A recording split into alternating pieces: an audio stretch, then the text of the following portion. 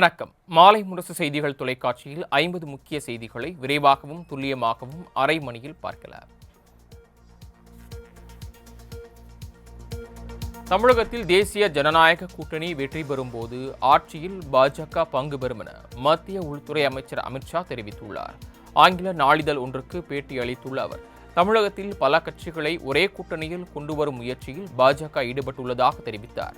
திமுக ஆட்சியில் பல்வேறு ஊழல்கள் நடைபெறுவதாக புகார் தெரிவித்த அவர், தொகுதி மறுவரையறை ஆணைய சட்டம் யாருக்கும் அநீதி இழைக்காத வகையில் கொண்டு வரப்படும் என்றார்.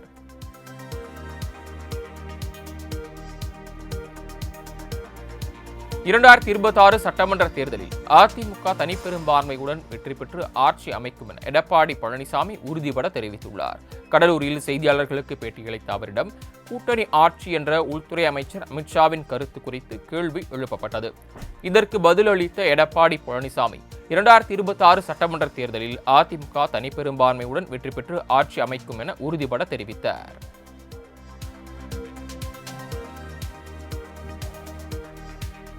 கூட்டணி விவகாரத்தில் அமித்ஷா சொல்வதே இறுதி முடிவு என மத்திய இணையமைச்சர் எல் முருகன் தெரிவித்துள்ளார்.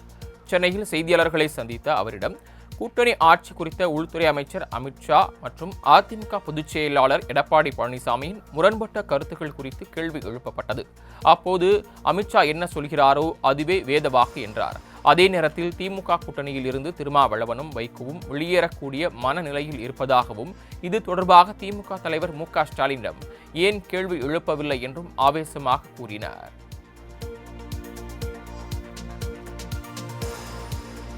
தமிழ்நாட்டில் உள்ள செஞ்சி கோட்டைக்கு யுனெஸ்கோ சின்னம் என்ற அங்கீகாரம் கிடைத்தது பெரும் மகிழ்ச்சி அளிப்பதாக முதலமைச்சர் மு.க. ஸ்டாலின் தெரிவித்துள்ளார். பாரிஸில் நடைபெற்ற ஐநாவின் 47வது உலக பாரம்பரிய குழுவின் ஆலோசனைக் கூட்டத்தில் மராத்தியர்கள் கட்டிய கோட்டைகளை யுனெஸ்கோவின் பிரதான சின்னங்களில் பட்டியலில் சேர்க்க ஒப்புதல் அளிக்கப்பட்டது.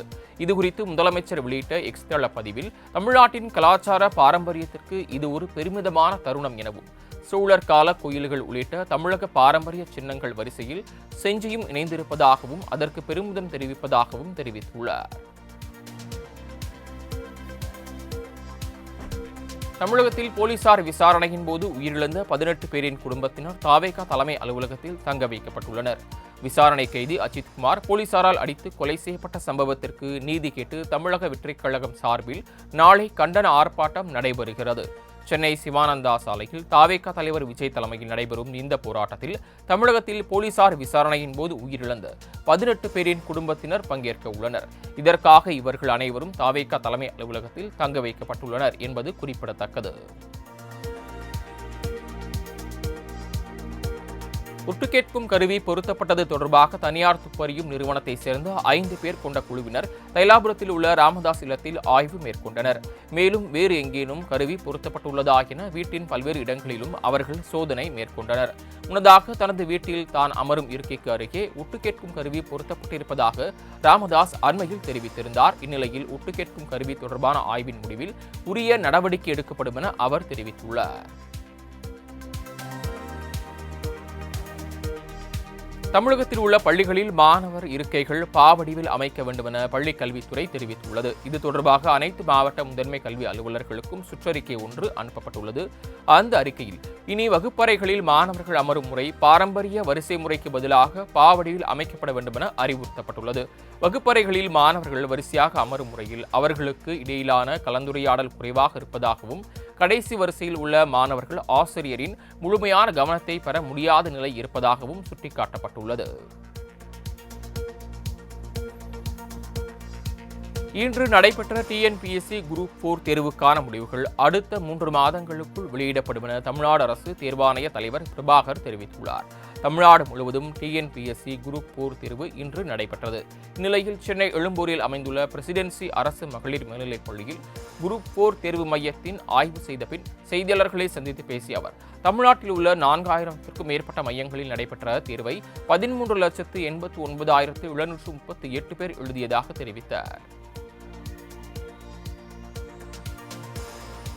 தமிழகத்தில் உள்ள பல்வேறு பகுதிகளில் குரூப் 4 தேர்வு நடைபெறும் மையங்களில் தாமதமாக வந்த தேர்வர்களுக்கு அனுமதி மறுக்கப்பட்டது.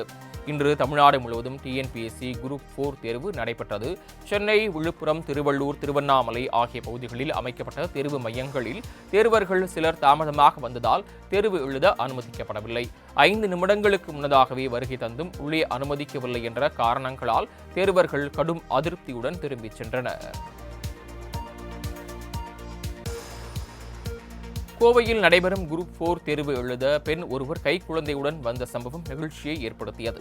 தமிழ்நாடு அரசின் பல்வேறு துறைகளில் காலியாக உள்ள பணியிடங்களை நிரப்புவதற்கான குரூப் 4 தேர்வு தமிழகம் முழுவதும் நடைபெறுகிறது. இந்த நிலையில் கோவை தூய மைக்கேல் மேல்நிலைப் பள்ளிக்கு ராமநாதபுரம் சுங்கம் பகுதியைச் சேர்ந்த ரீஜா என்பவர் தேர்வு எழுத தனது 7 மாத கைக்குழந்தையுடன் வந்திருந்தார்.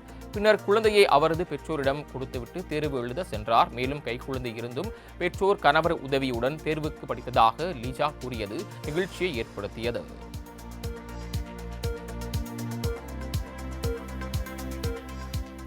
புதுக்கோட்டை மாநகரை சேர்ந்த நிர்வாகிகள் உடன் திமுக அமைப்பு செயலாளர் RS பாரதி சமரச பேச்சுவார்த்தை நடத்தினார். புதுக்கோட்டையில் நடைபெற்ற பாகா முகவர்கள் கூட்டத்திற்கு சென்ற அமைச்சர் KN நேருவை தடுத்து நிறுத்திய திமுக நிர்வாகிகள் புதுக்கோட்டை மாநகர செயலாளர் ராஜேஷை மாற்றக் கோரி வாதிட்டனர். இதனால் ஆத்திரமடைந்த அமைச்சர் KN நேரு நிர்வாகிகளை அடிக்க கை ஓங்கியது பரபரப்பை ஏற்படுத்திய நிலையில் புதுக்கோட்டை மாநகர திமுக உட்கட்சி மோதலை முடிவுக்கு கொண்டு வரும் விதமாக சென்னை அண்ணா அறிவாலயத்தில் திமுக அமைப்பு செயலாளர் RS பாரதி சமரச பேச்சுவார்த்தை நடத்தினார்.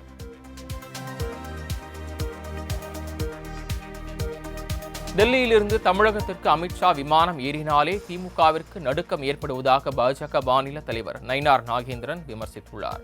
மதுரை மாநகராட்சியில் 200 கோடி ரூபாய் வரி முறைகேடு விவகாரத்தை கண்டித்து பாஜக சார்பில் புதூர் பேருந்து நிலையம் பகுதியில் கண்டன ஆர்ப்பாட்டம் நடைபெற்றது. அப்போது பேசிய அவர், ஓரணியில் தமிழ்நாடு என முதல்வர் சொல்வது போல லாக்அப் டெத் கலாச்சார சாவுகள் நடந்து கொண்டிருப்பதாக, இதனை திமுக கூட்டணி கட்சிகள் ஓரணியில் நின்று கண்டுகொள்ளாமல் இருப்பதாகவும் புகார் தெரிவித்தார்.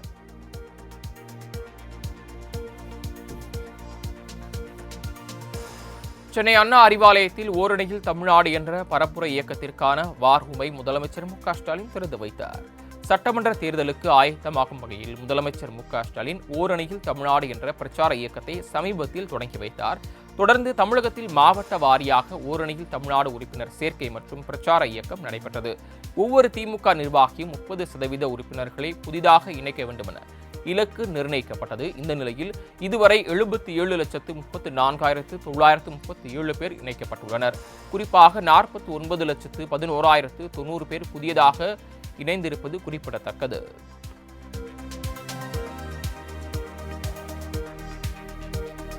அதிமுக குறித்தோ எம்ஜிஆர் மற்றும் ஜெயலலிதா குறித்தோ எந்த இழிவான விமர்சனங்களையும் தான் முன்வைக்கவில்லை என்று மதிமுக பொதுச் செயலாளர் வைகோ தெரிவித்துள்ளார்.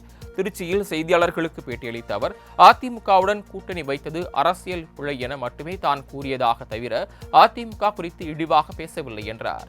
மேலும் அதிமுகவினர் தம் மீது வைக்கும் விமர்சனங்களுக்கு பதிலளிக்கப் போவதில்லை எனவும் அவர் அப்போது தெரிவித்தார்.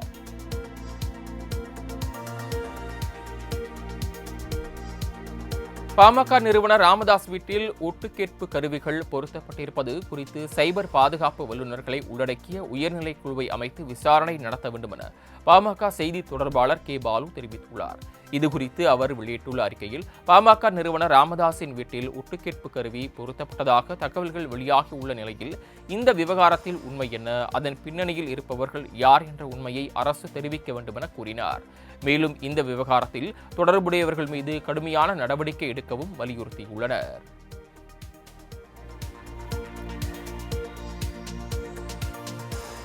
நீலகிரி, கோவை ஆகிய மாவட்டங்களில் 4 நாட்களுக்கு கனமழை பெய்யும் என சென்னை வானிலை ஆய்வு மையம் தெரிவித்துள்ளது. இது தொடர்பாக அறிக்கையில், மேற்கு திசை காற்றின் வேக மாறுபாடு மற்றும் வெப்பச்சலனம் காரணமாக தமிழகம், புதுச்சேரி, காரைக்காலில் இடி மின்னலுடன் லேசானது முதல் மிதமான மழை பெய்யும். வரக்கூடிய 15ஆம் தேதி முதல் 4 நாட்களுக்கு நீலகிரி, கோவையில் கனமழைக்கு வாய்ப்பு இருப்பதாகவும், சென்னையில் இடி மின்னலுடன் லேசான மழை பெய்யும் என்றும் தெரிவிக்கப்பட்டுள்ளது. மேலும் தெற்கு வங்கக்கடலின் தெற்கு பகுதிகளில் சூறாவளி காற்று 60 கிலோமீட்டர் வேகத்தில் வீசும் என்பதால் அப்பகுதிக்கு மீனவர்கள் செல்ல வேண்டாம் என எச்சரிக்கை விடுக்கப்பட்டுள்ளது. தேனி அரசு மருத்துவமனையில் தவறான சிகிச்சையால் பெண் மரணமடைந்ததாக கூறி அவரது உறவினர்கள் சாலை மறியலில் ஈடுபட்டனர். தேனி மாவட்டம் வாளையாத்துப்பட்டியை சேர்ந்த ஜெயலட்சுமி என்பவர் பிரசவத்திற்காக அரசு மருத்துவமனையில் அனுமதிக்கப்பட்ட நிலையில் அவருக்கு ஆண் குழந்தை பிறந்திருக்கிறது. தொடர்ந்து ஏற்பட்ட இரத்தப்போக்கை நிறுத்துவதற்காக மருத்துவர்கள் அறுவை சிகிச்சை செய்த நிலையில் அவர் உயிரிழந்தார். இதனையடுத்து மருத்துவர்களின் அலட்சியமே அவரது இறப்புக்கு காரணம் என உறவினர்கள் குற்றம் சாட்டி சாலை மறியலில் ஈடுபட்டதால் போக்குவரத்து பாதிக்கப்பட்டது.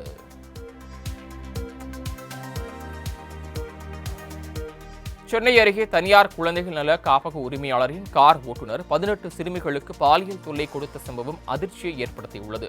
செங்கல்பட்டு மாவட்டம் வண்டலூர் பகுதியில் செயல்பட்டு வரும் குழந்தைகள் நல காப்பகத்தில் மாவட்ட குழந்தை நல அலுவலர்கள் ஆய்வு மேற்கொண்டனர். அப்போது காப்பக உரிமையாளரின் ஓட்டுநர் பழனி அங்கு தங்கியிருக்கக்கூடிய 18 சிறுமிகளுக்கு பாலியல் தொல்லை கொடுத்ததாக சிறுமிகள் புகார் அளித்தனர். இதுகுறித்து காப்பக உரிமையாளர் கண்டுகொள்ளவில்லை என சிறுமிகள் தெரிவித்த நிலையில் உரிமையாளர், ஓட்டுநர் உட்பட 3 பேரை போலீசார் கைது செய்தனர். பரந்தூர் விமான நிலைய திட்டத்திற்காக எடுக்கப்படும் நிலங்களுக்கு இழப்பீடு தொகையை சமமாக வழங்க வலியுறுத்தி மகாதேவி மங்கல கிராம மக்கள் போராட்டத்தில் ஈடுபட்டனர். இந்த திட்டத்திற்காக சுமார் 5000 ஏக்கருக்கு மேல் நிலம் கையகப்படுத்தப்பட உள்ளது. இதற்காக கடந்த 2 தினங்களுக்கு முன்பு நில உரிமையாளர்களிடமிருந்து நிலங்களை விமான நிலைய திட்ட அலுவலர்கள் பத்திரப்பதிவு செய்தனர்.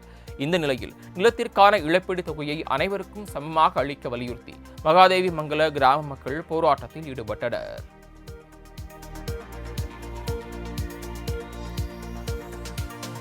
குறுவை தொகுப்பு வழங்கும் திட்டத்தை இம்மாத இறுதி வரை நீட்டிக்க வேண்டுமென முதலமைச்சருக்கு தஞ்சை மாவட்ட விவசாயிகள் கோரிக்கை விடுத்துள்ளனர். தஞ்சை மாவட்டத்தில் 1 லட்சம் சிறு குறு விவசாயிகள் உள்ள நிலையில் அரசு அறிவித்த குறுவை தொகுப்பு 36,000 பேருக்கு மட்டுமே வழங்கப்பட்டுள்ளதாக விவசாயிகள் குற்றம் சாட்டியுள்ளனர். எனவே மாவட்டத்தில் உள்ள அனைத்து விவசாயிகளும் பயன்பெறும் விதமாக குறுவை தொகுப்பு வழங்கும் திட்டத்தை இம்மாத இறுதி வரை காலம் நீட்டித்து முதலமைச்சர் மு.க. ஸ்டாலின் உத்தரவிட வேண்டுமென வலியுறுத்தியுள்ளனர்.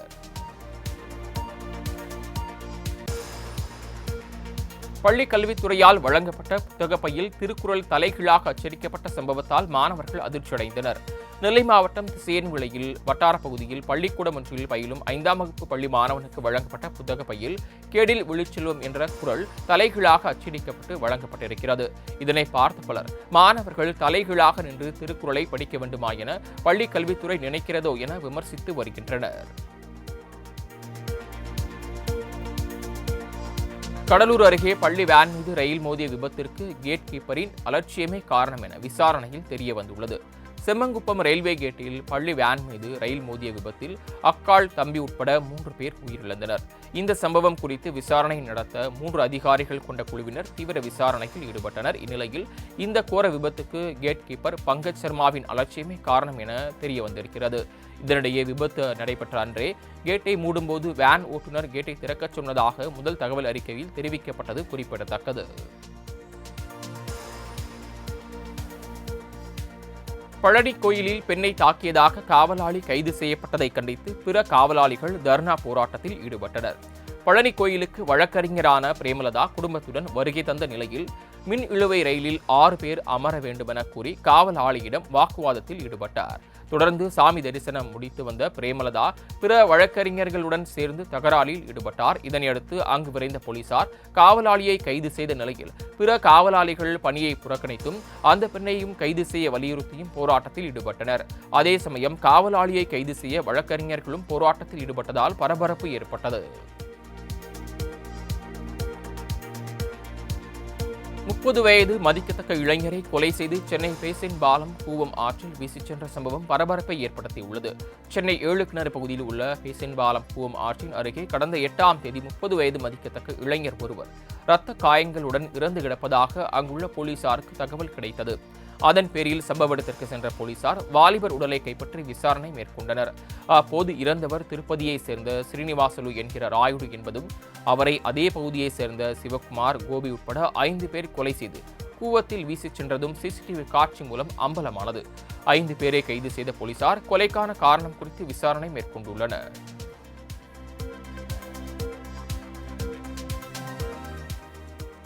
சென்னை தண்டையார்பேட்டை அருகே பெண் தூய்மை பணியாளர்களை தகாத வார்த்தையில் பேசி வரும் துப்புரவு பொறுப்பு ஆய்வாளர் மீது நடவடிக்கை எடுக்க கோரி கம்யூனிஸ்ட் கட்சியினர் புகார் அளித்துள்ளனர். சென்னை தண்டையார்பேட்டை மண்டலத்திற்குட்பட்ட 41வது வட்டத்தில் பொறுப்பு ஆய்வாளர் முருகன் தொடர்ந்து இன்னல்களை தருவதாகவும் குறிப்பாக பெண் தூய்மை பணியாளர்களை தகாத வார்த்தையில் பேசி வருவதாகவும் குற்றச்சாட்டு எழுந்துள்ளது. இந்த நிலையில் துப்புரவு ஆய்வாளர் மீது நடவடிக்கை எடுக்க வலியுறுத்தி கம்யூனிஸ்ட் கட்சியினர் மண்டல அதிகாரியிடம் புகார் அளித்தனர். இதுகுறித்து செய்தியாளர்களிடம் பேசிய முன்னாள் சட்டமன்ற உறுப்பினர் மகேந்திரன், காலியாக உள்ள பணியிடங்களை நிரப்ப வேண்டும் என்றார். தஞ்சாவூர் மாவட்டம் திருவேங்கப்புடையான்பட்டி அருகே குளத்தில் மூழ்கி 3 சிறுவர்கள் உயிரிழந்த சம்பவம் சோகத்தை ஏற்படுத்தியுள்ளது. திருவேங்கப்புடையான்பட்டி கிராமத்தைச் சேர்ந்த மாதவன், பாலமுருகன், ஜஸ்வந்த் ஆகிய 3 சிறுவர்களும் பள்ளி முடிந்து வீட்டிற்கு செல்லாமல் மருதகுடி ஊரணி குளத்திற்கு குளிக்கச் சென்றனர். அப்போது குளத்தில் குதித்தபோது 3 பேரும் நீரில் மூழ்கி பரிதாபமாக உயிரிழந்தனர். ஒரே நேரத்தில் 3 சிறுவர்கள் உயிரிழந்த சம்பவம் அப்பகுதியில் பெரும் சோகத்தை ஏற்படுத்தியுள்ளது. திருத்தணியில் இளம்பெண்ணை காதலித்து ஏமாற்றி பண மோசடியில் ஈடுபட்ட இளைஞரை போலீசார் கைது செய்தனர். திருவள்ளூர் மாவட்டம் தெக்கலூர் பகுதியைச் சேர்ந்த இன்பராஜ் தமிழகத்தின் பிரபல மருந்தகத்தில் பணிபுரிகிறார். இவர் சுங்குவார் சத்திரம் தனியார் கம்பெனியில் பணிபுரியும் சிந்து என்ற இளம்பெண்ணை 1 வருட காலமாக காதலித்து திருமணம் செய்து கொள்வதாக ஆசை வார்த்தை கூறி 1 லட்சம் ரூபாய் பணத்தை பெற்று மோசடி செய்துள்ளார். இதுகுறித்து அப்பெண் அளித்த புகாரின் பேரில் போலீசார் இன்பராஜை கைது செய்தனர். சென்னைக்கு குடிநீர் வழங்கும் முக்கிய நீர் ஆதாரங்களில் ஒன்றான வீராணம் ஏரி நடப்பாண்டில் 3வது முறையாக நிரம்பியுள்ளதால் விவசாயிகள் மற்றும் மகிழ்ச்சி அடைந்தனர். கடலூர் மாவட்டம் காட்டுமன்னார் கோயில் அருகே உள்ள வீராணம் ஏரி அதன் முழு கொள்ளளவை எட்டி கடல் போல காட்சியளிக்கிறது. ஏரிக்கு வினாடிக்கு 1137 கன அடி நீர் வந்து கொண்டிருக்கும் நிலையில் ஏரியில் இருந்து 434 கன அடி நீர் வெளியேற்றப்பட்டு வருகிறது. இதனால் விவசாயிகள் மற்றும் பொதுமக்கள் மகிழ்ச்சி அடைந்துள்ளனர்.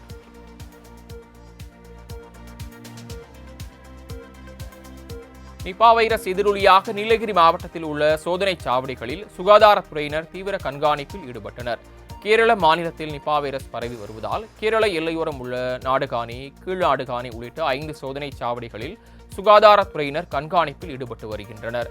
கேரளாவிலிருந்து நீலகிரிக்கு வரும் மக்கள் உரிய பரிசோதனைக்கு பின்னரே உள்ளே அனுமதிக்கப்பட்டு வருகின்றனர். இதனிடையே நிபா வைரஸ் குறித்து பொதுமக்கள் யாரும் அச்சமடைய தேவையில்லை என மாவட்ட நிர்வாகம் சார்பில் தெரிவிக்கப்பட்டுள்ளது.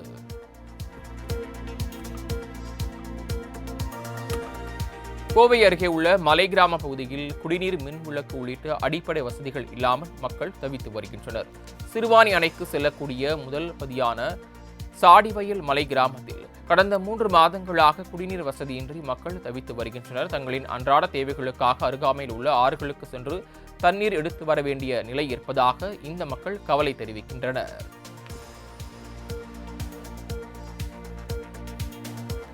நாமக்கல் மாவட்டம் பரமத்தி வேலூர் அருகே திருமணமான 4 நாளில் மனைவி ஓட்டம் பிடித்ததால் விரக்தியடைந்த புது மாப்பிள்ளை தூக்கிட்டு தற்கொலை செய்து கொண்டுள்ளார். வடகதையாத்தூரை சேர்ந்த ஆட்டோ ஓட்டுநர் சிவசண்முகம் என்பவர் ஏற்கனவே திருமணமாகி விவாகரத்து பெற்றவர். இந்த நிலையில் தீபா என்பவரை 2வதாக திருமணம் செய்திருக்கிறார். தொடர்ந்து பட்டுப்புடவை, 6 சவரன் தாலியுடன் தீபா ஓட்டம் பிடித்ததால் ஏமாற்றமடைந்த அவர் தூக்கிட்டு தற்கொலை செய்து கொண்டுள்ளார்.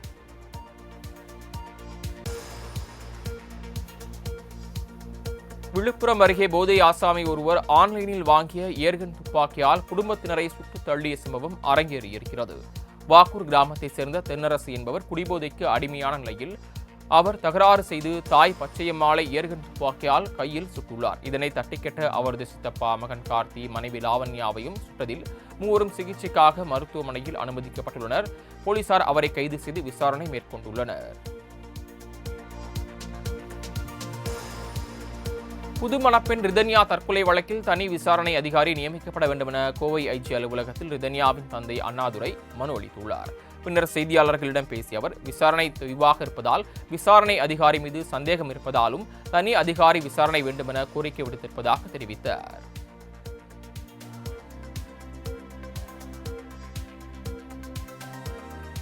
சென்னையில் 5வது நாளாக பகுதி நேர ஆசிரியர்கள் தொடர் போராட்டத்தில் ஈடுபட்டு வரக்கூடிய நிலையில் பணி நிரந்தர அறிவிப்பு வரும் வரை போராட்டம் தொடரும் என பகுதி நேர ஆசிரியர்கள் தெரிவித்துள்ளனர்.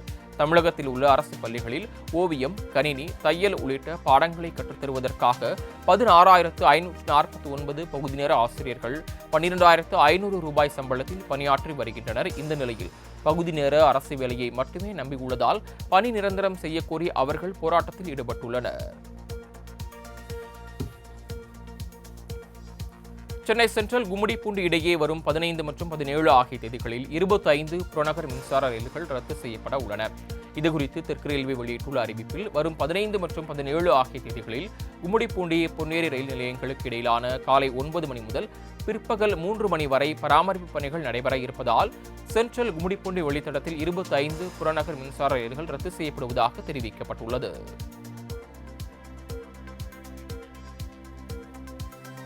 பெரம்பலூர் அருகே வயிற்றுப்போக்கு ஏற்பட்டு நாட்டு மருந்து கொடுக்கப்பட்ட இரட்டை பெண் குழந்தைகள் உயிரிழந்த சம்பவம் அதிர்ச்சியை ஏற்படுத்தியுள்ளது. வாலிகண்டபுரம் கிராமத்தைச் சேர்ந்தவர்கள் கந்தசாமி, தனலட்சுமி தம்பதிகள் இரட்டை பெண் குழந்தைகளான ரேஷ்மா, தனுஸ்ரீ ஆகியோருக்கு வயிற்றுப்போக்கு ஏற்பட்டதை அடுத்து சைதானி என்பவரிடம் அழைத்துச் சென்றுள்ளனர். அங்கு சென்று நாட்டு வைத்தியம் பார்த்த பின் அவர் அளித்த மருந்தை அளித்த நிலையில் 2 சிறுமிகளும் உயிரிழந்தனர்.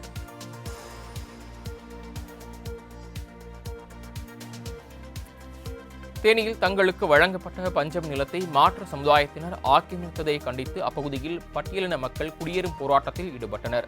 தேனி புதிய பேருந்து நிலையம் அருகே அரசு சார்பில் 4 ஏக்கர் பஞ்சம் நிலம் வழங்கப்பட்டது. இந்த இடம் முழுவதும் தனிநபர் ஒருவர் வேலி அமைத்து ஆக்கிரமித்துள்ளார். இதுகுறித்து பட்டியலின மக்கள் அதிகாரிகளிடம் புகார் அளித்தும் நடவடிக்கை எடுக்காத நிலையில் ஆவேசமடைந்த அந்த மக்கள் தங்களுக்கு வழங்கப்பட்ட பஞ்சம் நிலத்தில் உள்ள வேலிகளை பிடுங்கி எறிந்துவிட்டு அங்கு குடியேறும் போராட்டத்தில் ஈடுபட்டனர்.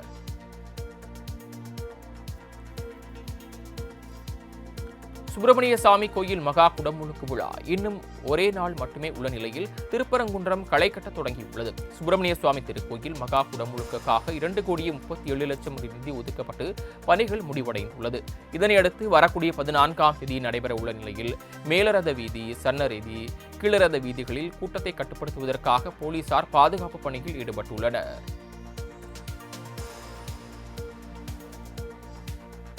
பறிமுதல் செய்ததை விட கூடுதலாக 6 கிலோ கஞ்சாவை போலீசார் ஒப்படைத்ததால் கடத்தல் வழக்கில் கைதான 4 பேரை சென்னை சிறப்பு நீதிமன்றம் விடுதலை செய்துள்ளது. கடந்த 2022ஆம் ஆண்டு காரில் கடத்தி வந்த 230 கிலோ கஞ்சாவை கும்மிடிப்பூண்டி போலீசார் பறிமுதல் செய்தனர். இது தொடர்பாக 4 பேரை போலீசார் கைது செய்த நிலையில் இந்த வழக்கை விசாரித்த சென்னை சிறப்பு நீதிமன்ற நீதிபதி ராஜலட்சுமியிடம் 236 கிலோ கஞ்சா ஒப்படைக்கப்பட்டது. இந்த நிலையில் அறிக்கையில் 230 கிலோ கஞ்சா என குறிப்பிட்டுள்ளதால் 6 கிலோ கஞ்சா கூடுதலாக இருப்பதாகவும் பறிமுதல் செய்த கார் யாருக்கு சொந்தமானது என நிரூபிக்கப்படவில்லை என கூறி 4 பேரையும் விடுதலை செய்தார்.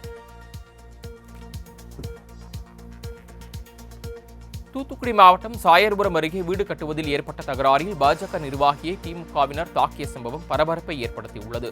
சாயர்புரம் அருகே உள்ள நடுவுக்குறிச்சி கிராமத்தைச் சேர்ந்த ராஜாதுரை என்பவர் பாரதிய ஜனதா கட்சியில் கலை மற்றும் கலாச்சார பிரிவில் நிர்வாகியாக செயல்பட்டு வருகிறார். இவருக்கும் அவரது வீட்டின் அருகே இருக்கும் திமுக நிர்வாகியான பாலமுருகனுக்கும் தகராறு இருந்திருக்கிறது. இந்த நிலையில் மோதலில் பாலமுருகன் மற்றும் அவரது தந்தை பால்ராஜ் ஆகியோர் ராஜதுரையை அரிவாள் மற்றும் கட்டைகளால் கடுமையாக தாக்கியதில் அவர் படுகாயமடைந்தார். இதுகுறித்து போலீசார் விசாரணை மேற்கொண்டுள்ளனர். கடந்த 10 ஆண்டுகளில் 25 கோடிக்கும் மேற்பட்ட மக்கள் வறுமையிலிருந்து மீட்கப்பட்டுள்ளதாக பிரதமர் நரேந்திர மோடி தெரிவித்துள்ளார். டெல்லியில் 51,000 இளைஞர்களுக்கு மத்திய அரசின் பல்வேறு துறைகளில் பணி நியமன ஆணையை காணொலி மூலம் பிரதமர் நரேந்திர மோடி வழங்கினார். தொடர்ந்து பேசிய அவர் இவ்வாறு தெரிவித்தார்.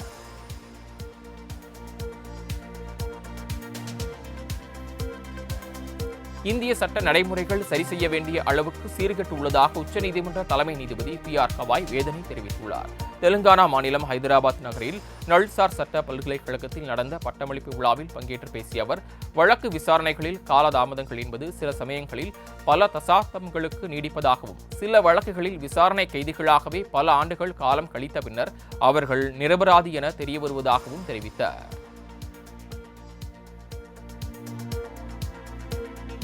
டெல்லியில் 3 மாடி கட்டிடம் இடிந்து விழுந்த விபத்தில் 2 பரிதாபமாக உயிரிழந்தனர்.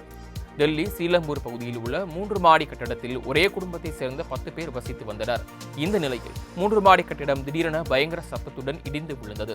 இதுகுறித்து தகவல் அறிந்து வந்த தீயணைப்புத் துறையினர் மீட்புப் பணியில் ஈடுபட்டனர்.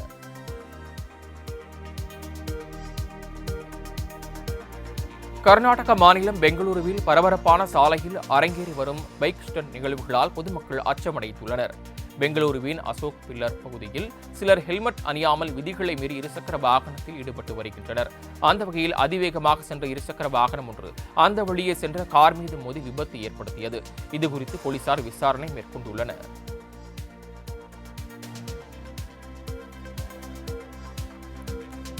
உத்தரப்பிரதேச மாநிலம் கான்பூரில் பெய்த மழையால் சாலைகளில் மழைநீர் தேங்கியிருக்கிறது. இதனையடுத்து சாலையில் தேங்கிய மழைநீரில் மக்கள் சிரமத்திற்குள்ளாகி வருகின்றனர். மீட்புப் பணியில் அனைவரும் ஈடுபட்டுள்ளனர்.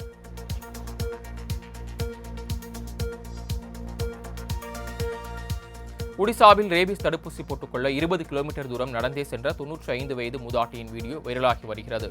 நுவபாரா மாவட்டத்தைச் சேர்ந்த இவர் சமீபத்தில் நாய் ஒன்று கிடைத்தது. இதற்காக ஊசி போடுவதற்காக 20 கிலோமீட்டர் நடந்தே சென்றிருக்கிறார். தற்போது இந்த வீடியோ வைரலாகி வருகிறது.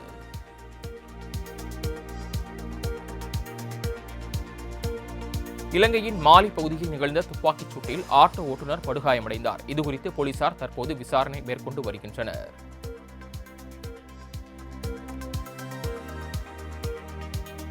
அகமதாபாத் விமான விபத்துக்குள்ளான விவகாரத்தில் போயிங் விமானங்களின் எரிபொருள் சுவிட்ச் குறித்து 2018ஆம் ஆண்டிலேயே அமெரிக்கா எச்சரித்தது தற்போது கவனம் பெற்றுள்ளது. அகமதாபாத் ஏர் இந்தியா விமான விபத்து தொடர்பான முதற்கட்ட விசாரணை அறிக்கை வெளியிடப்பட்டிருக்கிறது.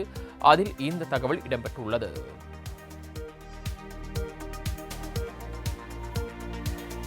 மியான்மரில் புத்த மடம் மீது ராணுவம் நடத்திய வான்வழி தாக்குதல் 23 பேர் பரிதாபமாக உயிரிழந்தனர்.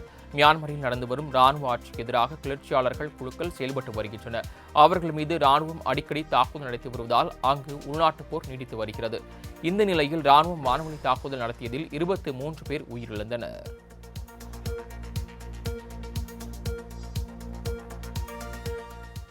T20 உலகக்கோப்பை கிரிக்கெட் தொடருக்கு முதல் முறையாக தகுதி பெற்று இத்தாலி அணி வரலாறு படைத்துள்ளது. 10வது T20 உலகக்கோப்பை கிரிக்கெட் போட்டி அடுத்த ஆண்டு இந்தியா மற்றும் இலங்கையில் நடைபெற இருக்கிறது. இதில் 20 நாடுகள் பங்கேற்க உள்ள நிலையில் இந்த ஆண்டு புதிதாக அந்த அணி இடம்பெற்றிருக்கிறது.